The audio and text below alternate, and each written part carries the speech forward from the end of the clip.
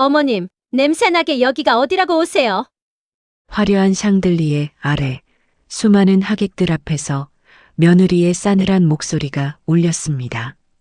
67 노인의 손목을 잡아 끈 건 다름 아닌 며느리의 손이었어요. 옆에 선 사도는 코웃음을 치며 한마디를 보탰습니다. 허허, 시장 좌판이나 지킬 것이지. 43년을 키운 아들은 고개를 돌렸습니다. 모른 척했어요. 눈도 마주치지 않았습니다. 그날 저는 알았습니다.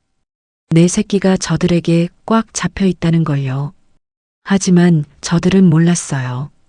지금 자기들이 밟고 서 있는 이 바닥이 누구 것인지를요.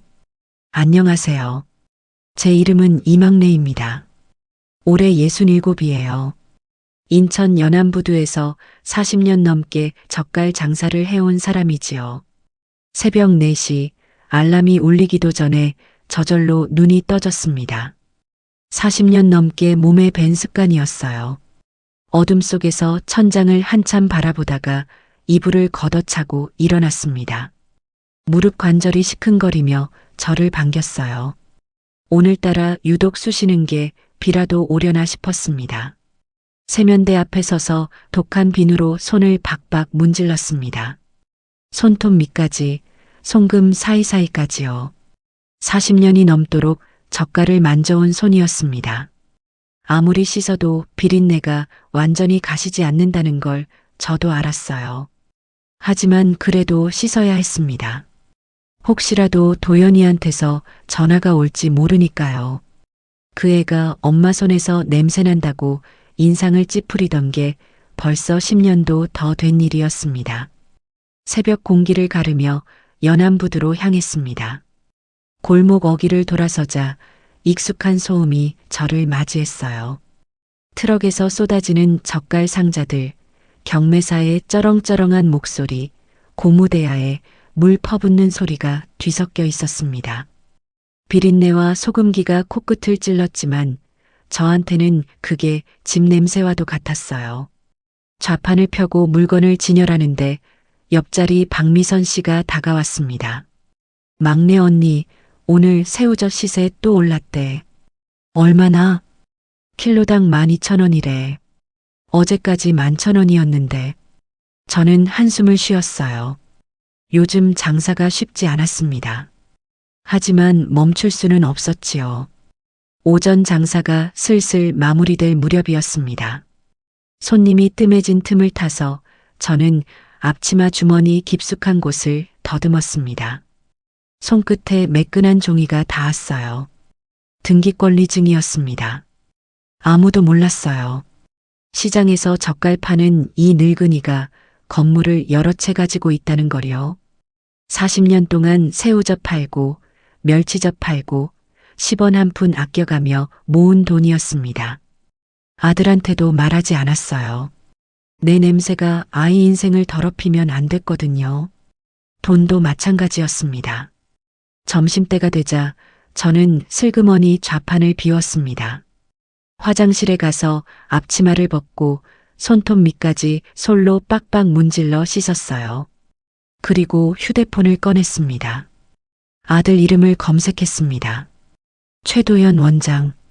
화면에 기사가 줄줄이 떴습니다. 강남 유명 재활의학과 원장, 신뢰받는 의료인, 각종 방송 출연까지요. 기사 속 도연이는 번듯한 양복을 입고 환하게 웃고 있었습니다. 43년 전 라면 박스에서 파랗게 질린 채 울고 있던 아이가 맞나 싶었어요. 그때 그 새벽이 떠올랐습니다. 눈이 내리던 날이었어요. 시장에 먼저 나와 좌판을 펴려는데 라면 박스 사이에서 이상한 소리가 들렸습니다. 고양이 울음 같기도 하고 아닌 것 같기도 했지요. 다가가서 박스를 들춰보는 순간 심장이 멎는 줄 알았습니다. 파랗게 질린 갓난아이가 울고 있었어요. 입술이 시퍼렇게 변해 있었습니다. 저는 덜컥 겁이 났어요.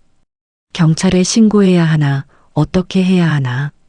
그런데 그 아이가 제 손가락을 꽉 잡았습니다. 정말 작은 손이었어요.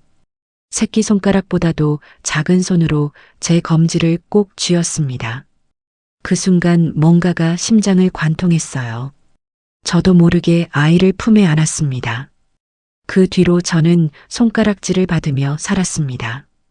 처녀 몸으로 아이를 키웠거든요. 동네 사람들이 수군거렸어요. 저게 제정신이냐고, 누구 자식인지도 모르는 애를 왜 키우냐고요. 하지만 저는 개의치 않았습니다. 그 아이가 제 손가락을 잡던 순간 저는 이미 엄마가 되어버렸으니까요.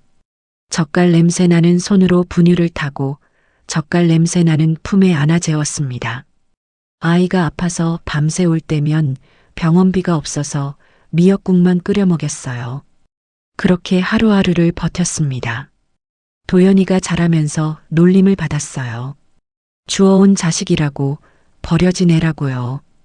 도연이는 집에 와서 울었습니다. 저는 그 애를 안고 같이 울었어요. 미안해서요.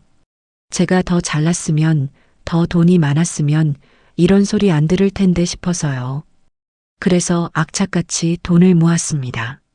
새우젓 한 통, 멸치젓 한 대 팔아서 10원, 100원씩 모았어요. 그 돈으로 도연이를 의대에 보냈습니다. 내 새끼가 누구한테도 무시 안 당하게 제일 높은 곳에 세워주고 싶었어요. 그런데 말이에요. 도연이가 높은 곳에 올라가더니 이제는 저를 안 보더라고요. 내려다보면 목이 아파서 그런가 봅니다. 저는 너무 아래에 있으니까요. 그래도 포기하지 않았습니다. 이번에 도연이 병원에서 개원 1주년 행사를 한다는 소식을 들었어요. 초대장은 오지 않았습니다. 하지만 상관없었어요. 자식 개원식에 축하 한번 못 해주면 그게 엄마입니까? 저는 장롱 깊숙이 넣어뒀던 옥색 한복을 꺼냈습니다. 그런데 이상한 점이 하나 있었어요. 며칠 전 정인수 씨한테서 전화가 왔거든요. 제 건물 관리를 맡아주는 분이었습니다. 어머님, 아드님 병원 들어가는 건물 있잖아요. 그거 상황이 심상치 않습니다. 심장이 철렁 내려앉았습니다. 무슨 소리야? 월세가 석 달째 밀렸어요. 그리고 며느리분이 병원 자금을 빼돌린다는 소문이 있습니다. 저는 전화기를 꽉 쥐었습니다. 내 아들이 그런 꼴을 당하고 있다고? 그날 밤 저는 잠을 이루지 못했어요. 천장을 바라보며 생각했습니다. 도연이한테 무슨 일이 생긴 걸까? 왜 저 애는 저렇게 변한 걸까? 그리고 결심했습니다. 개원 1주년 기념식에 가서 직접 확인하겠다고요. 행사 당일 아침이 밝았습니다. 저는 새벽같이 일어나 목욕을 했어요. 떼수건으로 온몸을 박박 문질렀습니다. 비누를 3번이나 바꿔가며 씻었어요. 그래도 코끝에서 희미하게 비린내가 나는 것 같았습니다. 장롱을 열었습니다. 맨 구석에 좀 냄새가 밴 보자기가 있었어요. 풀어보니 옥색 한복이 나왔습니다. 10년 전 도연이 의대 졸업식 때 입었던 옷이었어요. 그 뒤로 한 번도 꺼내지 않았습니다. 입고 갈 데가 없었으니까요. 다리미를 꺼내 정성껏 주름을 폈습니다. 저고리 깃을 다리다가 문득 그날 생각이 났어요. 졸업식장에서 도연이가 제 손을 뿌리치던 장면이요. 다른 부모들은 꽃다발 들고 사진 찍느라 바빴는데 도연이는 저랑 사진 찍기 싫다고 했습니다. 창피하다고요. 저는 고개를 저으며 그 생각을 털어냈습니다. 이번엔 다르겠지요.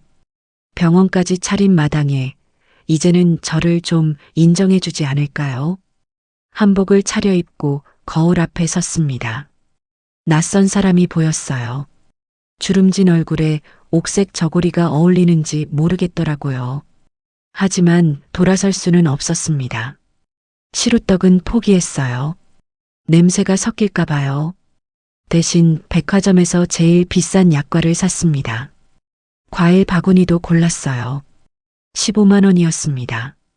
시장에서 하루 종일 장사해야 버는 돈이었지만 며느리가 좋아할지도 모른다는 생각에 입을 악물고 지갑을 열었어요. 택시를 부를까 망설였습니다. 하지만 이내 고개를 저었어요. 택시비면 도연이 병원 전기세라도 보탤 수 있지 않겠습니까? 저는 무거운 짐을 들고 지하철역 계단을 내려갔습니다. 한복 치마가 자꾸 발에 밟혀서 조심조심 걸었어요. 강남역에 내렸습니다. 유리로 된 거대한 빌딩들이 하늘을 찌를 듯 솟아 있었어요. 저는 본능적으로 움츠러들었습니다. 내가 여기 있어도 되나 싶었거든요. 하지만 저 멀리 간판이 보였습니다. 최도연 재활의학과. 금색 글씨가 햇살에 반짝거렸어요. 가슴이 벅차올랐습니다. 저게 내 아들 병원이구나. 눈시울이 뜨거워졌어요. 저는 약과 보자기를 고쳐들고 병원을 향해 걸었습니다. 병원 로비에 들어서는 순간 저는 얼어붙었습니다. 대리석 바닥이 거울처럼 반짝거렸어요. 천장에는 커다란 샹들리에가 달려 있었습니다. 제가 평생 본 것 중 가장 화려한 곳이었어요. 저는 조심조심 발을 옮겼습니다. 낡은 고무신이 대리석에 자국을 남길까 봐요. 그때 안내 데스크에 있던 젊은 여직원이 저를 발견했습니다. 그녀가 저를 위아래로 훑어보더니 인상을 찌푸렸어요. 할머니, 여기 잡상인 출입 금지예요. 나가세요. 심장이 철렁 내려앉았습니다. 아니, 저는 잡상인이 아니라 배달은 뒷문으로 가셔야 해요. 여긴 환자분들 오시는 곳이에요. 직원의 목소리가 날카로웠습니다. 로비에 있던 사람들이 이쪽을 쳐다봤어요. 저는 얼굴이 화끈거렸습니다. 저는 최 원장님 어머니인데요. 직원의 표정이 의아하게 변했습니다. 그녀가 뭔가 말하려는 순간 복도 쪽에서 또각또각 구두 소리가 들려왔어요. 고개를 돌리니 명품 정장을 빼입은 여자가 걸어오고 있었습니다. 며느리 서유진이었어요. 유진이의 눈이 저를 발견하는 순간 동공이 커졌습니다. 놀람 뒤에 당혹감, 그리고 분노가 차례로 스쳐 지나갔어요. 그녀가 빠른 걸음으로 다가왔습니다. 어머님, 목소리가 싸늘했습니다. 유진이는 주위를 두리번거리더니 제 팔을 거칠게 잡았어요. 손톱이 살을 파고들었습니다. 이쪽으로 오세요. 유진이가 저를 질질 끌다시피 해서 복도 구석으로 데려갔습니다. 사람들 눈에 안 띄는 곳이었어요. 그제야 그녀의 얼굴이 완전히 바뀌었습니다. 입술이 파르르 떨리고 있었어요. 어머님 미쳤어요? 여기가 어디라고 이 꼴로 찾아오세요? 저는 숨이 턱 막혔어요. 이 꼴이라니요. 새벽부터 정성을 들였는데 그게 이 꼴인 겁니까? 이 꼴이라니? 나 한복 입었잖아. 1주년 축하하러 왔어. 한복이요? 아이고, 좀 냄새 안 나요? 그리고 그 비린내는 뭐예요? 젓갈 만지고 오셨어요? 유진이가 코를 막으며 손부채질을 했습니다. 저는 아무 말도 할 수 없었어요. 새벽부터 3번이나 씻었는데도 냄새가 나는 모양이었습니다. 유진아, 나 약과만 전해주고 갈게. 도연이 얼굴만 보면 되니까. 유진이가 비웃음을 터뜨렸습니다. 얼굴을 봐요? 밖에 손님들이 얼마나 많은지 아세요? 병원장들, 교수들, 재벌가 며느리들도 오는데 시어머니가 시장 할머니면 저희 체면이 어떻게 되겠어요? 그래도 애미가 아들 병원 1주년 행사에. 어머님, 유진이가 소리를 질렀습니다. 복도에 그녀의 목소리가 쩌렁쩌렁 울렸어요. 솔직히 말씀드릴게요. 도연 씨가 입양아인 거 동네방네 소문낼 작정이세요? 주워온 자식이라고 광고하고 다니게요? 제발 주제 파악 좀 하세요. 입양아, 주워온 자식, 주제 파악. 그 말들이 비수처럼 가슴에 꽂혔습니다. 숨을 쉴 수가 없었어요. 입술이 바들바들 떨렸습니다. 그때 복도 끝에서 문이 열렸습니다. 흰 가운을 입은 남자가 들어왔어요. 도연이었습니다. 우리 눈이 딱 마주쳤습니다. 시간이 멈춘 것 같았어요. 도연아. 저도 모르게 아들의 이름을 불렀습니다. 43년 전 파랗게 질린 아이를 처음 안았던 순간부터 수천 번 불렀던 이름이었어요. 하지만 도연이의 표정은 반가움이 아니었습니다. 당혹감, 그리고 짜증이 역력했어요. 아들이 고개를 확 돌리더니 다시 문을 열고 나가버렸습니다. 한마디 말도 없이요. 다리에 힘이 풀렸습니다. 손에 들고 있던 약과 보자기가 기울어졌어요. 유진이가 경멸하는 눈으로 저를 내려다봤습니다. 보셨죠? 도연 씨도 어머니 모시는 거 싫어해요. 제발 눈치 좀 채세요. 유진이가 주머니에서 전화기를 꺼냈습니다. 경비실이요? 복도에 잡상인이 들어왔어요. 내보내주세요. 몇 분 뒤 보안 요원 2명이 올라왔습니다. 그들이 제 양팔을 잡았어요. 저는 끌려가면서도 뒤를 돌아봤습니다. 유진이가 약과 보자기를 발로 툭 찼습니다. 보자기가 풀리면서 약과가 바닥에 쏟아졌어요. 대리석 바닥에 흩어졌습니다. 병원 밖으로 나와서야 팔이 풀렸습니다. 저는 화단 앞에 주저앉았어요. 다리에 힘이 없었거든요. 고개를 들어 건물을 올려다봤습니다. 저 위 어딘가에 도연이가 있을 거였어요. 나를 외면한 내 아들이요. 눈물이 흘러내렸습니다. 소리를 내지 않으려고 입을 악물었어요. 지나가는 사람들이 쳐다볼까 봐요. 하지만 눈물은 멈추지 않았습니다. 옥색 저고리 깃이 젖어들었어요. 43년을 키웠습니다. 젖동량을 하고 손가락질을 받으며 키웠어요. 젓갈 팔아서 학비되고 밤잠 줄여가며 뒷바라지했습니다. 그런데 돌아온 건 복도에서의 수모였어요. 내가 뭘 잘못한 걸까요? 주워온 자식을 키운 게 죄입니까? 젓갈 장사한 게 죄입니까? 비린내가 나는 게 죄입니까? 대답은 없었습니다. 한참을 그렇게 앉아 있었어요. 해가 기울어서야 겨우 일어섰습니다. 과일 바구니는 어디 갔는지 보이지 않았어요. 집으로 돌아오는 지하철 안에서 저는 아무 생각도 하지 않았습니다. 멍하니 창밖만 바라봤어요. 유리창에 비친 제 얼굴이 낯설었습니다. 집에 들어와 한복을 벗었습니다. 옥색 저고리를 개키다가 멈췄어요. 다시는 이 옷을 입을 일이 없을 것 같았거든요. 아니, 입고 싶지 않았습니다.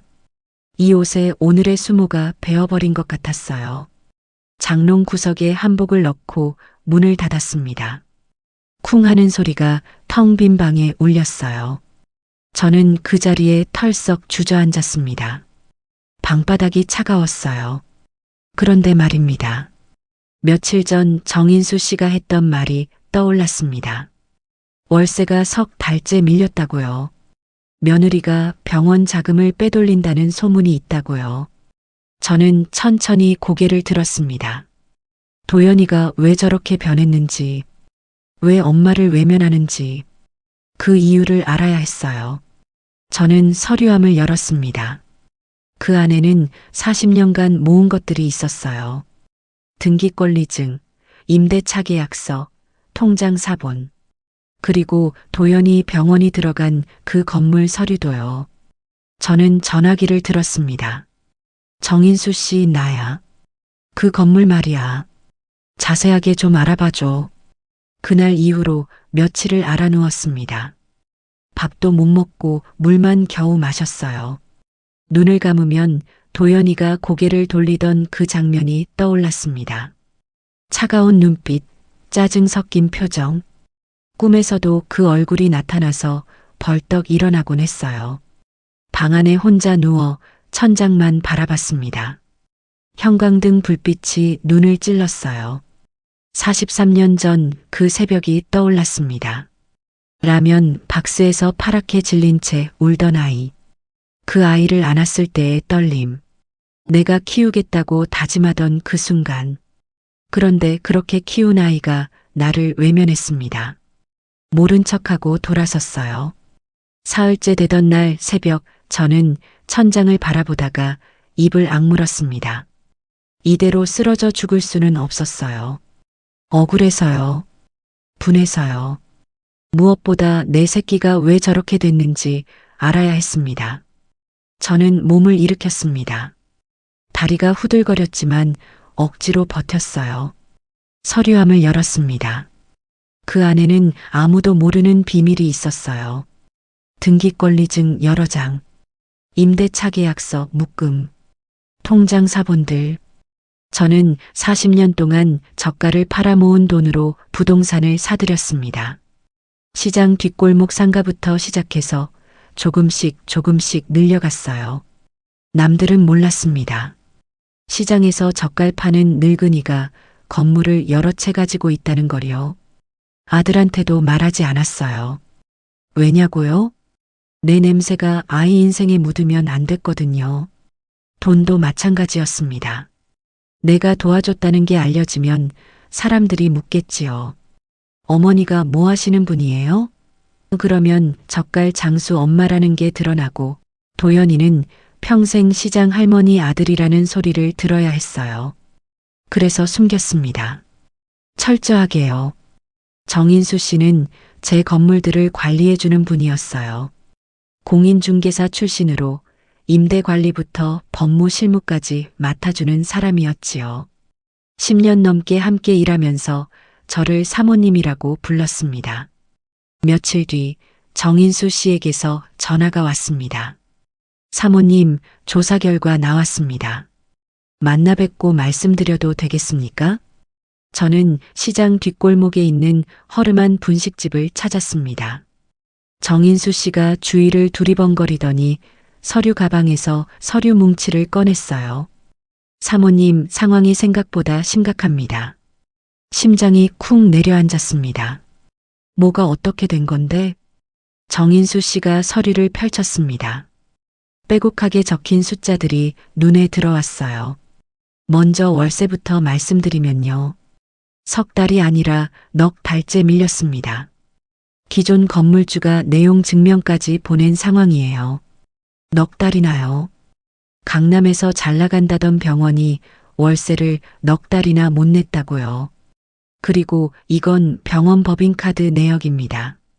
정인수 씨가 또 다른 서류를 꺼냈어요. 카드 사용 내역이 빼곡했습니다. 명품 가방 300만 원, 또 가방 450만 원, 호텔 스위트룸 숙박 200만 원. 한 달 카드값만 1000만 원이 넘습니다. 저는 이를 악물었습니다. 월세도 못 내면서 명품 쇼핑을 하고 있었던 겁니다. 그리고 여기 보십시오. 며느리 분 친정 오빠한테 5천만 원 송금 내역입니다. 뭐라고? 사돈 쪽 사업이 부도 직전이에요. 거기 자금 막으려고 병원 돈을 빼돌리고 있는 겁니다. 손에 힘이 들어갔습니다.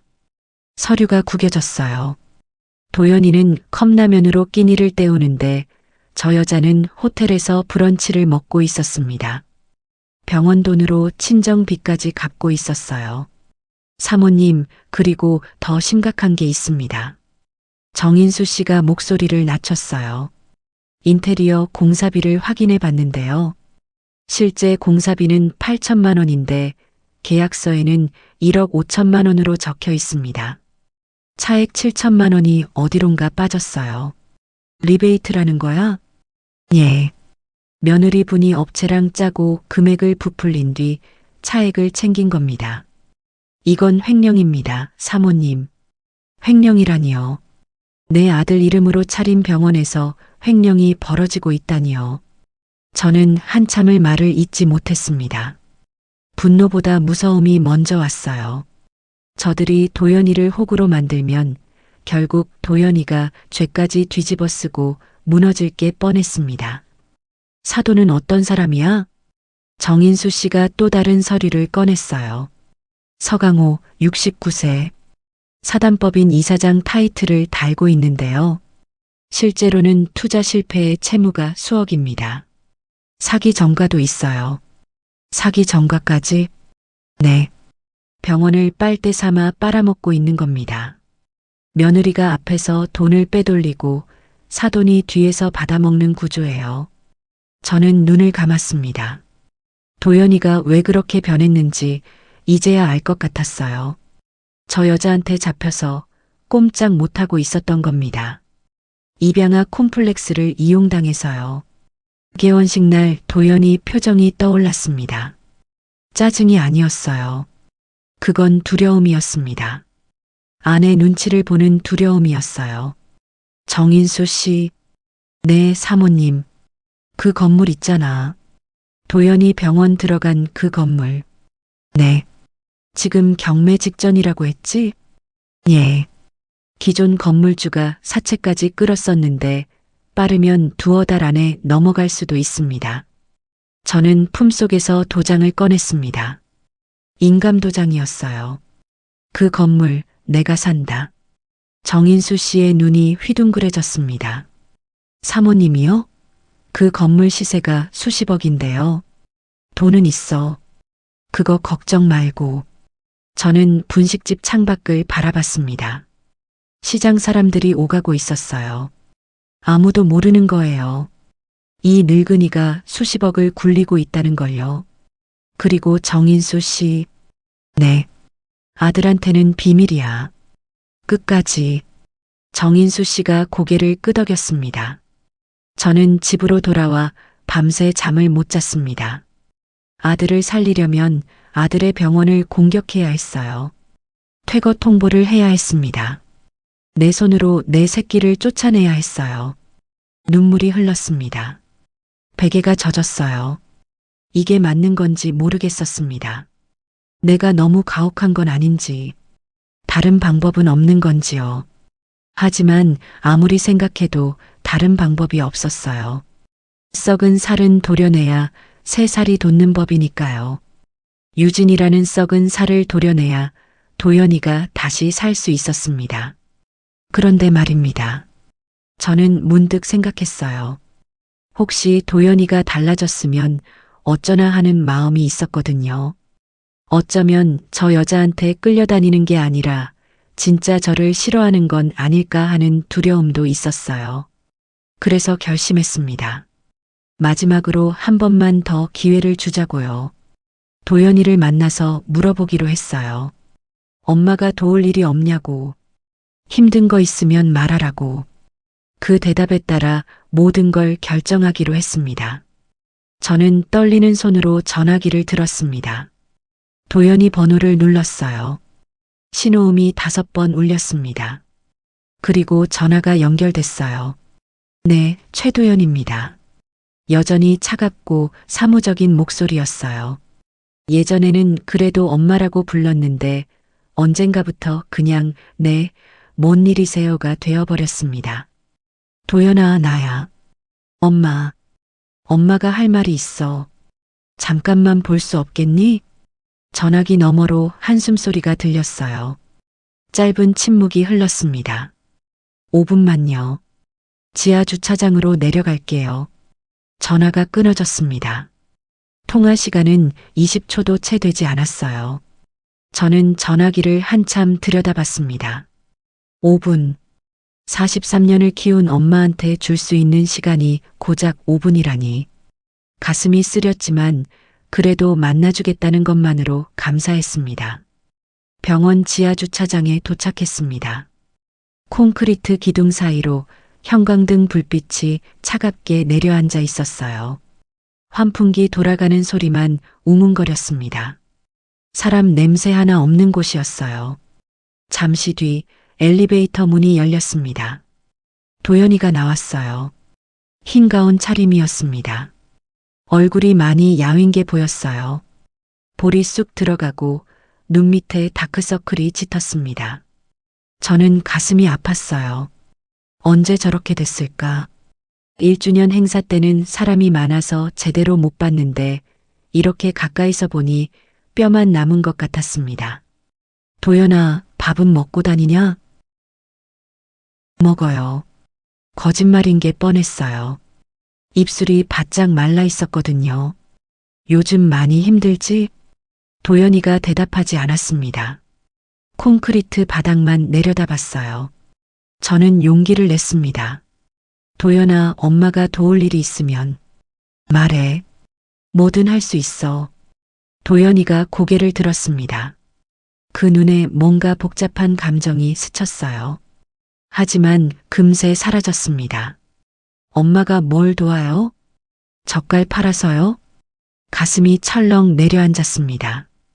도연아, 엄마, 솔직히 말할게요. 도연이가 저를 똑바로 쳐다봤어요. 그 눈에는 짜증과 답답함, 그리고 뭔가 절박한 게 섞여 있었습니다. 엄마가 도와줄 수 있는 건 아무것도 없어요. 오히려 방해만 돼요. 뭐라고? 유진이가 뭐라고 하는지 알아요?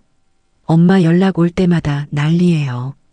시장 냄새 나는 시어머니 언제까지 감당해야 하냐고요. 저는 입술을 깨물었습니다. 피가 날 것 같았어요. 나는 축하만 하려고 했어. 내 새끼 병원 1주년인데 엄마가 가면 안 되냐? 도연이가 한숨을 쉬었습니다. 길고 깊은 한숨이었어요. 엄마, 제발요. 그냥 안 나타나는 게 도와주는 거예요. 제 번호 지워요. 연락하지 마세요. 심장이 얼어붙는 것 같았습니다. 뭐라고? 제 인생에서 사라져 주세요. 그게 엄마가 해줄 수 있는 전부예요. 도연이가 돌아섰습니다. 엘리베이터 버튼을 눌렀어요. 저는 그 뒷모습을 멍하니 바라봤습니다. 흰 가운 입은 등이 좁아 보였어요. 43년 전 내 품에서 울던 그 아이가 맞나 싶었습니다. 엘리베이터 문이 열렸습니다. 도연이가 안으로 들어갔어요. 문이 닫히기 직전 아들이 마지막으로 말했습니다. 진심이에요, 엄마. 다시는 연락하지 마세요. 쿵. 문이 닫혔습니다. 저는 주차장에 혼자 남았어요. 형광등 불빛이 차갑게 내려앉았습니다. 환풍기 소리만 웅웅거렸어요. 다리에 힘이 풀렸습니다. 콘크리트 기둥에 기대야 했어요. 43년을 키운 아들에게 번호를 지우라는 말을 들었습니다. 내 인생에서 사라지라는 말을요. 눈물이 흘렀습니다. 하지만 소리는 내지 않았어요. 이 차가운 주차장에서 혼자 울었습니다. 한참을 그렇게 서 있었어요. 그런데 말입니다. 눈물을 흘리면서도 저는 도연이 얼굴을 떠올렸습니다. 야윈볼, 갈라진 입술, 다크서클 짙은 눈. 저게 아내한테 사랑받는 남편 얼굴입니까? 저게 잘나가는 원장 얼굴입니까? 아니었어요. 저건 잡혀있는 사람 얼굴이었습니다. 짓눌려서 숨도 못 쉬는 사람 얼굴이었어요. 도연이가 저한테 차갑게 군 게 아니었습니다. 저애는 유진이 눈치를 보고 있었던 거예요. 엄마 연락 올 때마다 난리라고 했잖아요. 저애는 아내한테 시달리고 있었던 겁니다. 저는 눈물을 훔쳤습니다. 그리고 주머니에서 전화기를 꺼냈어요. 정인수 씨, 나야. 네, 사모님. 무슨 일이십니까? 그 건물 매입건 최대한 빨리 진행해. 알겠습니다. 그리고 사모님, 한 가지 더 확인된 게 있는데요. 뭔데? 개원 1주년 행사가 다음 주에 한 번 더 있습니다. 규모를 더 크게 해서요. 거래처, 병원장들 다 초청한다고 합니다. 저는 잠시 생각했습니다. 그날, 내가 간다. 네, 그날 모든 걸 끝낸다. 준비해도. 전화를 끊고 주차장을 빠져나왔습니다. 밖으로 나오니 바람이 불었어요. 차가운 바람이었습니다. 하지만 가슴속은 더 차가웠어요. 미련은 접었습니다. 이제 남은 건 하나였어요. 내 새끼를 저 늪에서 꺼내는 것. 그러려면 저 썩은 것들을 도려내야 했습니다. 내 손으로요. 건물 매입은 생각보다 빠르게 진행됐습니다. 기존 건물주가 사채에 쫓기고 있었거든요. 현금 박치기로 들어가니 이틀 만에 계약이 끝났어요. 정인수 씨가 서류를 들고 왔을 때 저는 손이 떨렸습니다. 등기권리증, 소유자란에 적힌 세 글자. 이막내. 이제 저는 진짜 건물주였습니다. 도연이가 일하는 그 건물의 주인이요. 40년 넘게 젓갈 팔아서 번 돈으로 산 건물이었어요. 하지만 마음이 편하지 않았습니다. 건물을 샀으니 이제 유진이와 사돈을 쫓아내면 되는 일이었어요. 증거도 다 모았고 법적 근거도 확보했습니다. 그런데 자꾸 망설여졌어요. 도연이 얼굴이 떠올랐거든요. 주차장에서 봤던 그 야윈 얼굴이요. 저 애가 진짜 원하는 게 뭘까? 엄마가 나서는 게 맞는 걸까? 며칠을 그렇게 고민했습니다. 그러던 어느 날 시장에서 장사를 하는데 옆자리 박미선 씨가 다가왔어요. 막내 언니, 나 어제 강남 갔다 왔거든. 강남은 왜? 우리 조카가 거기서 간호조무사로 일해. 근데 그 병원이 어딘지 알아? 저는 손을 멈췄습니다. 어딘데?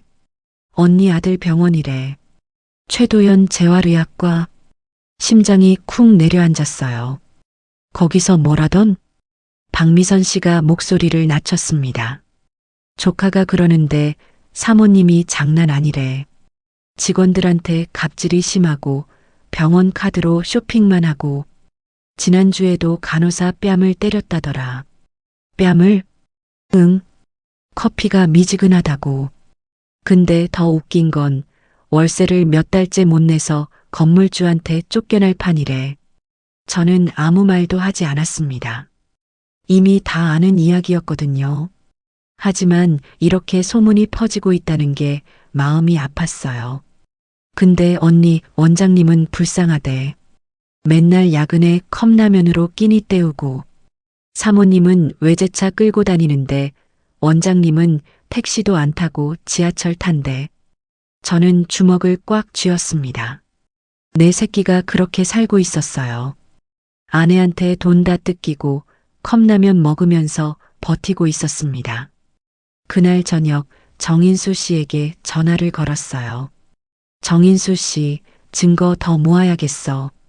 더요? 지금도 충분한데요. 충분하면 안 돼. 확실해야 해. 저것들이 빠져나갈 구멍이 없게.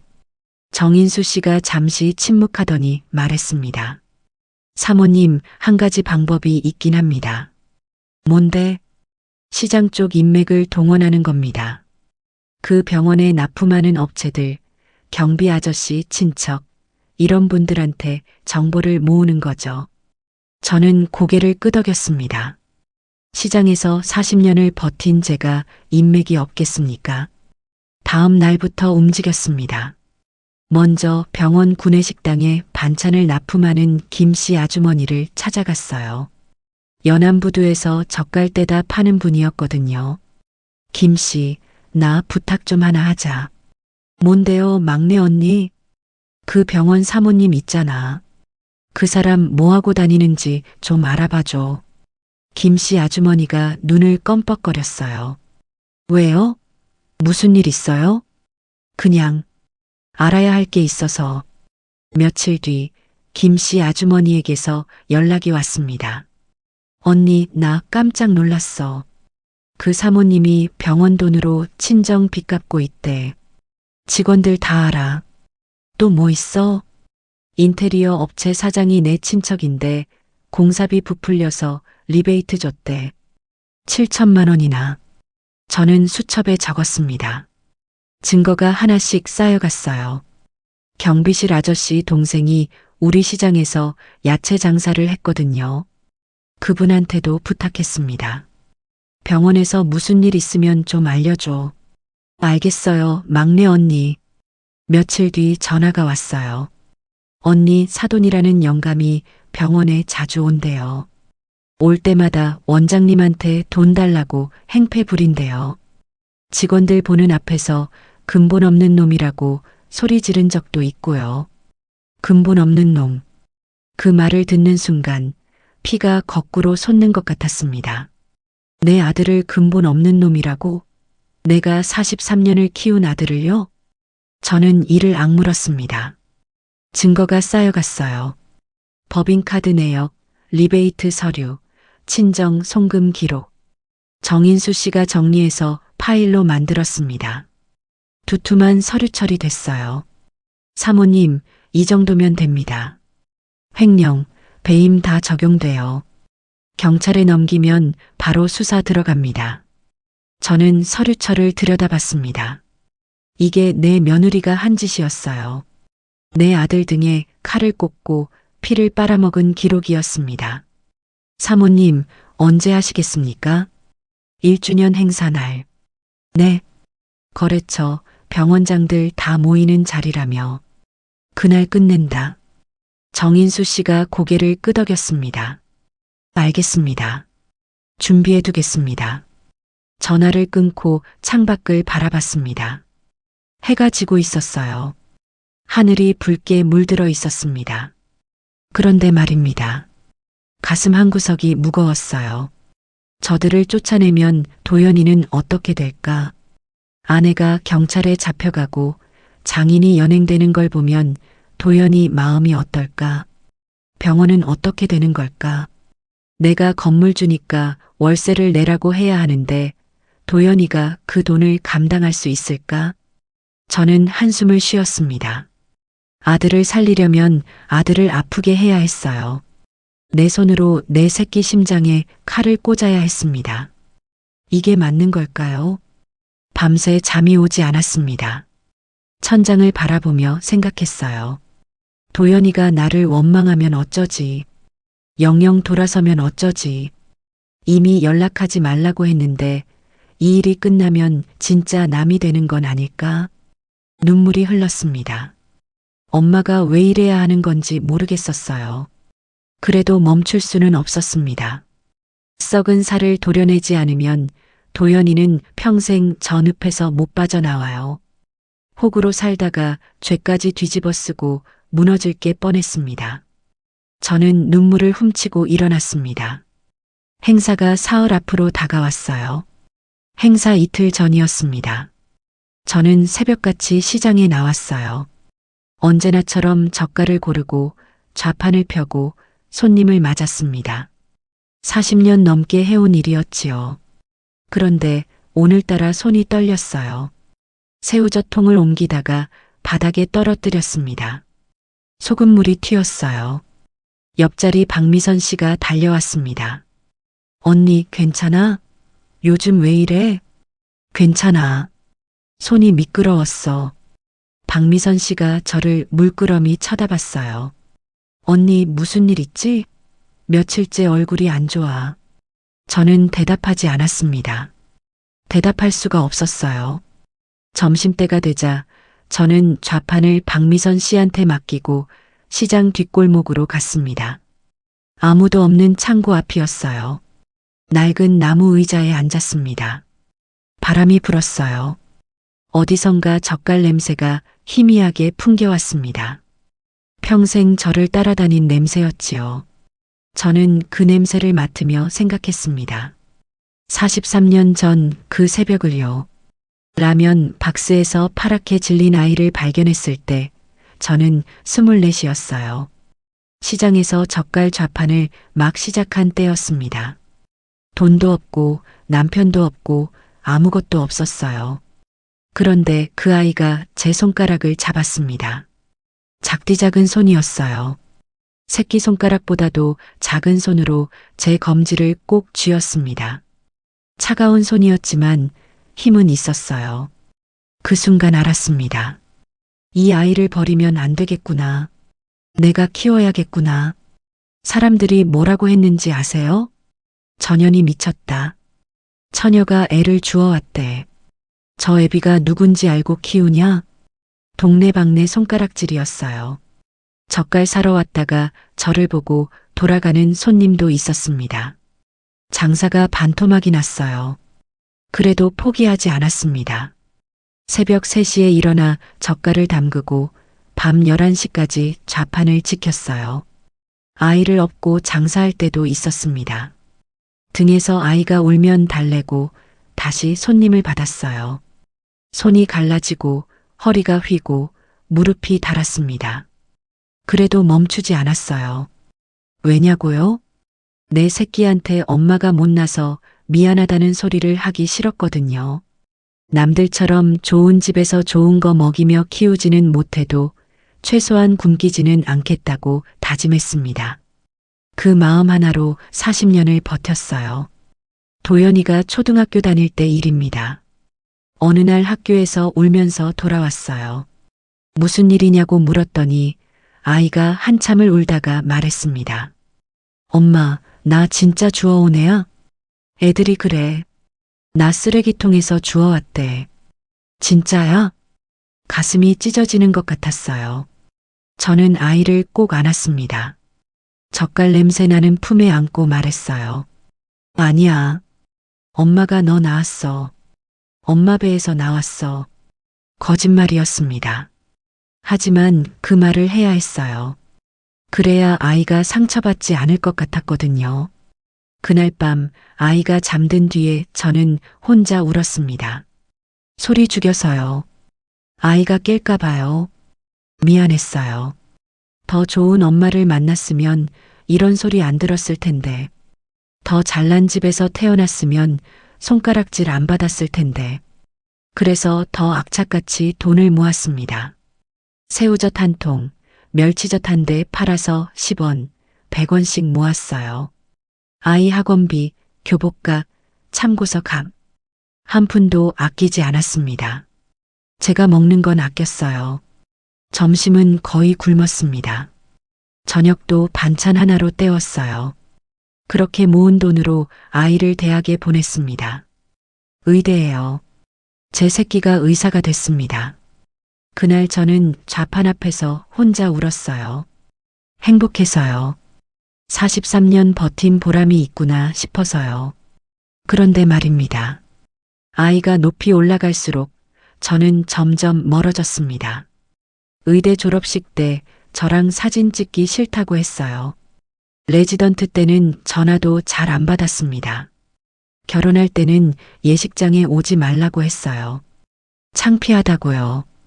그 말을 듣고 저는 아무 말도 하지 않았습니다. 그냥 웃었어요. 알겠다고 했어요. 속으로는 피눈물이 났지만요. 그래도 원망하지 않았습니다. 내가 못나서 그런 거라고 생각했어요. 내가 젓갈 장수라서, 냄새가 나서, 배운 게 없어서 다 내 탓이라고 생각했습니다. 그렇게 참았어요. 43년을요. 그런데 말입니다. 이번에는 달랐습니다. 내 아들이 저 여자한테 이용당하고 있었어요. 호구 잡혀서 뜯기고 짓밟히고 근본 없는 놈소리까지 듣고 있었습니다. 그건 못 참겠더라고요. 내가 욕먹는 건 괜찮아요. 평생 들어왔으니까요. 하지만 내 새끼가 욕먹는 건 못 참습니다. 저는 주머니에서 등기권리증을 꺼냈습니다. 소유자, 이막내. 43년 동안 젓갈 팔아서 모은 재산이었어요. 아무한테도 말하지 않고 혼자 숨기고 살았습니다. 다 아들 때문이었어요. 그런데 그 아들이 나보고 사라지래요. 번호를 지우래요. 눈물이 났습니다. 서러워서 난 눈물이 아니었어요. 억울해서도 아니었습니다. 그냥 슬펐어요. 43년을 참았는데 이제는 더 참을 수가 없었습니다. 그때 전화벨이 울렸어요. 정인수 씨였습니다. 사모님, 큰일 났습니다. 왜? 며느리분이 아드님 명의로 대출을 더 받으려고 합니다. 3억이요. 뭐라고? 병원 담보로요. 이게 실행되면 아드님이 완전히 빚더미에 앉습니다. 빠져나올 수가 없어요. 손에서 힘이 빠졌습니다. 등기권리증이 바닥에 떨어졌어요. 언제? 행사 끝나고 바로 진행한다고 합니다. 서류 준비 다 끝났대요. 저는 입을 악물었습니다.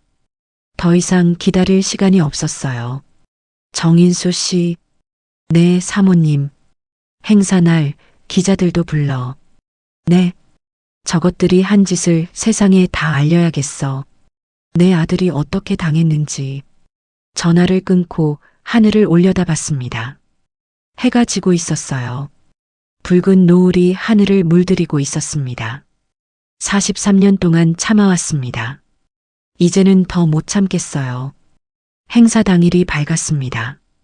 저는 새벽 내내 잠을 설쳤어요. 밤새 천장을 바라보며 오늘 있을 일을 생각했습니다. 세수를 하고 거울 앞에 섰습니다. 주름진 얼굴이 보였어요. 67을 살아온 얼굴이었습니다. 오늘은 달라야 했어요. 시장에서 젓갈 파는 할머니가 아니라 건물주로 서야 했습니다. 장롱을 열었습니다. 며칠 전 백화점에서 맞춘 옷이 걸려 있었어요.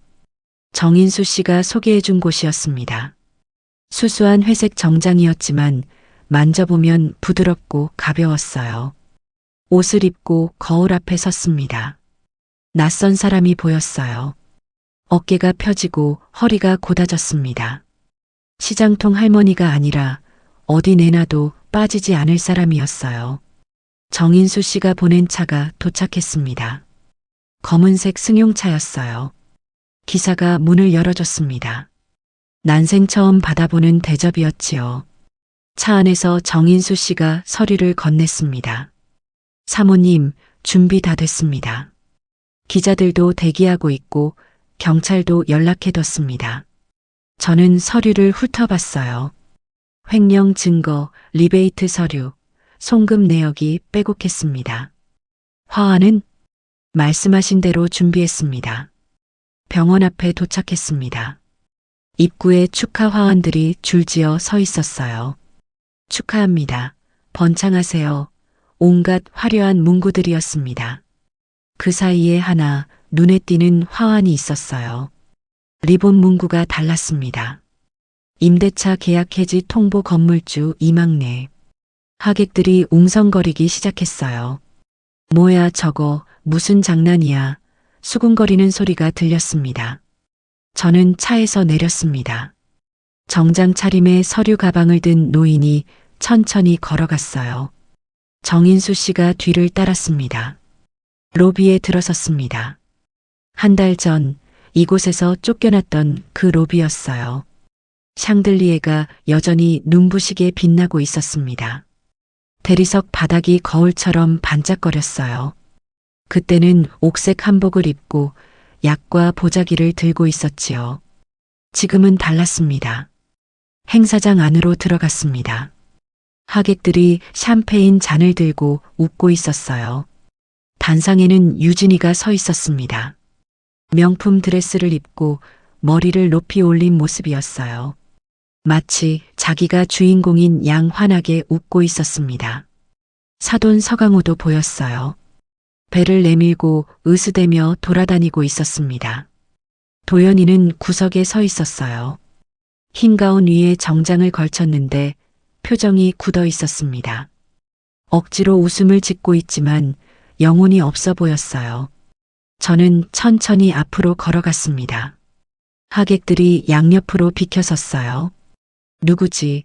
저 사람 뭐야? 수군거리는 소리가 들렸습니다. 유진이가 저를 발견했습니다. 얼굴이 굳어졌어요. 눈이 휘둥그레졌다가 이내 분노로 일그러졌습니다. 뭐야? 이 할망구가 왜 또 와? 낮은 목소리였지만 또렷했어요. 주변 하객들이 고개를 돌렸습니다. 저는 아무 말 없이 단상 앞에 섰습니다. 정인수 씨가 서류 봉투를 건넸어요. 안녕하십니까? 제 목소리가 행사장에 울렸습니다. 저는 이 건물의 새 주인 이막내입니다. 웅성거림이 커졌어요. 유진이 얼굴이 하얗게 질렸습니다. 사돈이 버럭 소리쳤습니다. 뭔 소리야? 젓갈 파는 할망구가 무슨 건물주야? 정인수 씨가 서류를 꺼냈습니다. 등기부등본입니다. 이 건물 소유자는 현재 이막내 회장님이십니다. 2주 전에 정식으로 매입하셨습니다. 사돈이 서류를 빼앗아 봤어요. 손이 부들부들 떨렸습니다. 저는 유진이를 똑바로 쳐다봤습니다. 서유진 씨, 월세 넉 달 밀린 거 알고 계시죠? 내용 증명도 받으셨고요. 오늘부로 임대차 계약 해지를 통보합니다. 유진이가 억지로 웃으며 다가왔어요. 목소리를 달콤하게 바꿨습니다. 어머님, 여기서 이러시면 안 되죠. 도연 씨 체면도 있잖아요. 집에서 얘기해요. 네. 저는 그 손을 뿌리쳤습니다. 체면? 나를 냄새난다며 쫓아낼 땐 체면이더니 지금은 체면이야? 유진이 얼굴이 일그러졌어요. 저는 서류 봉투에서 종이들을 꺼냈습니다. 하객들에게 돌렸어요. 이건 서유진 씨가 병원법인 자금을 빼돌린 증거입니다. 인테리어 공사비를 부풀려서 7천만 원을 챙겼고 법인 카드로 명품 쇼핑을 했어요. 가방만 12개, 총 3천만 원어치입니다. 하객들 사이에서 탄성이 터졌어요. 그리고 친정 오빠한테 5천만 원을 송금했습니다. 사업 실패한 친정 빚 갚으려고요. 사돈이 얼굴이 시뻘개졌습니다. 이게 무슨 날조야. 증거도 없이 사람 망신을. 저는 피식 웃었어요. 증거요? 더 있어요. 정인수 씨가 태블릿을 꺼냈습니다. 화면에 문자 메시지가 떴어요. 어제 서유진 씨가 보낸 문자입니다. 행사 끝나면 3억 대출 받아서 보내줄게. 도연이는 바보라 모를 거야. 행사장이 술렁거렸어요. 하객들이 휴대폰을 꺼내 영상을 찍기 시작했습니다. 유진이가 비명을 질렀어요. 이건 사생활 침해야. 어떻게 내 문자를. 그때 행사장 문이 열렸습니다. 경찰들이 들어왔어요. 제복을 입은 형사 2명이 앞장서서 걸어왔습니다. 서유진 씨, 서강호 씨, 업무상 횡령 및 배임 혐의로 임의동행 요청드립니다. 유진이가 발버둥쳤어요. 싫어. 나 안 가. 사돈이 경찰을 밀치려 했습니다. 하지만 형사가 그의 팔을 잡았어요. 저항하시면 체포영장 청구합니다. 사돈이 저를 노려보며 소리쳤습니다. 인연이 젓갈 장수 주제에 감히 두고 봐. 내가 가만 안 둬. 저는 눈 하나 깜짝하지 않았어요. 가만 안 두시든지요. 감옥에서 하세요. 경찰이 유진이와 사돈을 데리고 나갔습니다. 유진이가 끌려가면서 악을 썼어요. 명품 드레스가 구겨지고 높이 올린 머리가 흐트러졌습니다. 행사장이 조용해졌어요. 저는 도연이를 봤습니다. 아들이 서 있었어요. 얼굴이 하얗게 질려 있었습니다. 눈이 휘둥그레져서 저를 바라보고 있었어요. 입술이 파르르 떨렸습니다. 저는 천천히 아들에게 다가갔습니다. 하객들이 숨을 죽이고 지켜봤어요. 엄마. 도연이가 떨리는 목소리로 말했습니다. 그 한마디에 가슴이 먹먹해졌어요. 하지만 저는 표정을 굳혔습니다. 여기서 무너지면 안 됐어요. 최 원장님. 도연이 얼굴이 일그러졌어요. 월세 넉 달 밀린 거 7일 안에 정산해 주세요. 안 그러면 강제 퇴거 절차 들어갑니다. 도연이 눈에서 눈물이 흘렀습니다. 하지만 저는 돌아섰어요. 행사장을 빠져나왔습니다. 복도로 나오자 다리가 풀렸습니다. 벽에 기대숨을 몰아쉬었어요. 심장이 터질 것 같았습니다. 참았던 눈물이 터졌어요. 40년 동안 흘리지 않았던 눈물이 한꺼번에 쏟아졌습니다. 통쾌하지 않았어요. 그저 가슴이 아팠습니다. 방금 제 손으로 아들의 세상을 무너뜨렸거든요. 아내를 경찰에 넘기고 장인을 연행시켰어요. 아들 앞에서 차갑게 최 원장님이라고 불렀습니다. 미안하다. 미안한데 엄마는 내가 살았으면 좋겠다. 저는 눈물을 훔치고 일어섰습니다. 밖으로 나오니 해가 지고 있었어요. 붉은 노을이 하늘을 물들이고 있었습니다. 이게 끝이 아니었어요. 도연이가 다시 일어서야 했습니다. 바닥을 치고 올라와야 했어요. 그래야 진짜 어른이 되는 거였습니다. 저는 하늘을 올려다보며 중얼거렸어요. 도연아, 엄마가 미워도 돼. 원망해도 돼. 하지만 다시 일어나야 해. 내가 일어서면 그때 엄마가 다시 갈게. 그날 이후로 6개월이 흘렀습니다.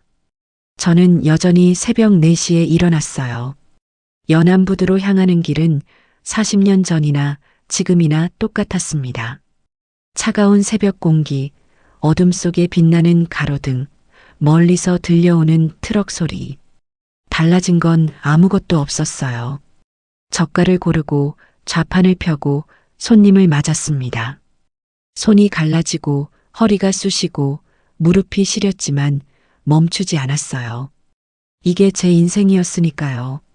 도연이 소식은 정인수 씨를 통해 들었습니다. 유진이와 이혼 소송이 끝났다고 했어요. 사도는 집행유예를 받았고 유진이는 횡령 혐의로 재판 중이었습니다. 도연이는 강남 병원을 정리했다고 했어요. 빚을 다 갚고 나니 남은 건 거의 없었다고요. 어디로 갔는지 뭘 하고 있는지는 모르겠습니다. 연락이 없었거든요. 저도 먼저 연락하지 않았어요. 도연이가 스스로 일어서야 했으니까요. 엄마가 손 내밀면 또 기대게 되니까요. 그렇게 기다렸습니다. 밤마다 잠이 오지 않았어요. 천장을 바라보며 도연이 생각을 했습니다. 밥은 먹고 다니는지, 아프지는 않은지, 외롭지는 않은지 궁금했지만 참았습니다. 그러던 어느 날이었어요. 새벽 4시 여느 때처럼 연안부두에 도착했습니다. 아직 어두웠어요. 가로등 불빛만 희미하게 비치고 있었습니다. 좌판을 펴려고 상자를 내리는데 이상한 게 보였어요. 누군가 좌판 앞에 서 있었습니다.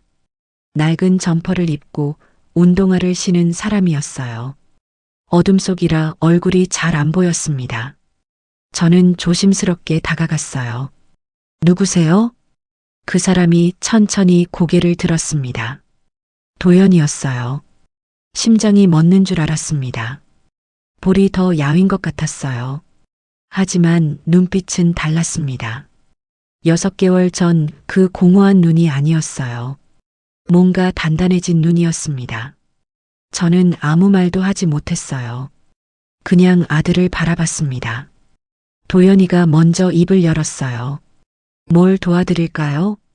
담담한 목소리였습니다. 떨리지 않았어요. 저는 한참을 아들을 바라보다가 천천히 고개를 돌렸습니다. 새우젓 통 좀 옮겨. 도연이가 묵묵히 상자를 들었어요. 저도 상자를 들었습니다. 말없이 함께 일했어요. 새우젓 통을 나르고 멸치젓 항아리를 정리하고 좌판을 펼쳤습니다. 도연이 손에서 젓갈물이 묻었어요. 비린내가 났습니다. 날이 밝아왔어요. 하늘이 붉게 물들었습니다. 좌판 정리가 끝나고 저는 도연이 옆에 앉았습니다. 시장 어귀에 있는 낡은 나무 의자였어요. 한참을 그렇게 앉아 있었습니다. 아무 말도 하지 않았어요. 그냥 나란히 앉아서 하늘을 바라봤습니다. 도연이가 먼저 입을 열었어요. 어머니, 저 요즘 인천 쪽 요양병원에서 일해요. 어르신들 재활 도와드리는 거요. 저는 고개를 끄덕였습니다. 그래. 처음엔 창피했어요. 강남 병원 원장이었는데 이제는 동네 요양병원 의사니까요. 도연이가 쓸쓸하게 웃었어요. 근데 환자분들이 고맙다고 할 때마다 어머니 생각이 났어요. 이 냄새 맡으면서 절 키우셨구나. 새벽마다 일어나서 손 갈라지면서 허리 휘면서 다 저 때문이었구나. 도연이 목소리가 떨렸어요. 이제야 알겠어요. 저는 아무 말도 하지 않았습니다. 그냥 아들 손을 잡았어요. 젓갈 물이 묻은 손이었습니다. 어머니, 응, 죄송해요. 43년 동안 키워주셨는데 저는 창피하다고만 했어요. 냄새난다고 오지 말라고 번호 지우라고까지 했잖아요. 도연이 눈에서 눈물이 흘렀습니다. 어떻게 그럴 수 있었을까요? 저는 사람도 아니었어요. 저는 아들 손을 꽉 쥐었습니다. 됐어. 어머니, 됐다니까. 저도 눈물이 났어요. 하지만 닦지 않았습니다. 그냥 흘러내리게 뒀어요. 도연아? 네. 밥 먹었냐? 도연이가 고개를 저었어요. 저는 일어섰습니다. 가자. 국밥 먹으러. 시장 안쪽에 있는 허름한 국밥집으로 갔어요. 새벽부터 문을 여는 곳이었습니다. 소머리 국밥 2그릇을 시켰어요. 도연이가 지갑을 꺼냈습니다. 제가 살게요. 어머니한테 밥 한 번 못 사드렸잖아요. 43년 동안. 저는 고개를 끄덕였습니다. 국밥이 나왔어요. 뜨거운 김이 올라왔습니다. 도연이가 제 그릇에 고기를 덜어줬어요. 저는 도연이 그릇에 깍두기를 넣어줬습니다. 말없이 밥을 먹었어요. 국밥이 이렇게 맛있었나 싶었습니다. 국밥집을 나와 시장 골목을 걸었어요. 나란히 걸었습니다. 어깨가 스칠 듯 말 듯한 거리였어요. 바람이 불었습니다. 어디선가 젓갈 냄새가 희미하게 풍겨왔어요. 평생 저를 따라다닌 냄새였습니다. 도연이가 걸음을 멈췄어요. 어머니, 응, 이 냄새요. 이제는 좋아요. 이게 어머니 냄새잖아요. 저는 아들을 바라봤습니다. 도연이가 웃고 있었어요. 6개월 전에는 볼 수 없었던 웃음이었습니다. 저도 웃었어요. 그날 저는 처음으로 알았습니다.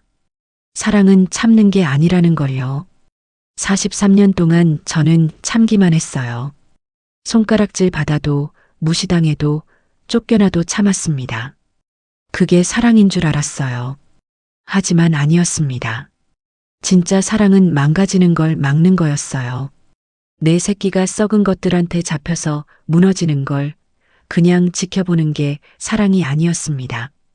내 손으로 도려내서라도 살려내는 게 사랑이었어요. 아팠습니다. 서로 아팠어요. 하지만 그래야 다시 살 수 있었습니다. 저는 오늘도 새벽 4시에 일어납니다. 연안부두로 가는 길은 여전히 어둡고 차가워요. 손이 갈라지고 허리가 쑤시고 무릎이 시립니다. 하지만 이제는 혼자가 아니에요. 일주일에 한 번 도연이가 시장에 와요. 새벽같이 와서 젓갈통을 나르고 좌판을 펴는 걸 도와줍니다. 의사 손에 비린내가 배어요. 그래도 도연이는 웃어요. 어머니, 이 새우전 맛있어 보이네요. 그래, 가져가. 감사합니다. 바람에 젓갈 냄새가 번집니다. 평생 저를 따라다닌 냄새예요. 이제는 부끄럽지 않습니다. 이 냄새로 아이를 키웠고, 이 냄새로 아이를 지켰고, 이 냄새가 결국 아이를 다시 데려왔으니까요.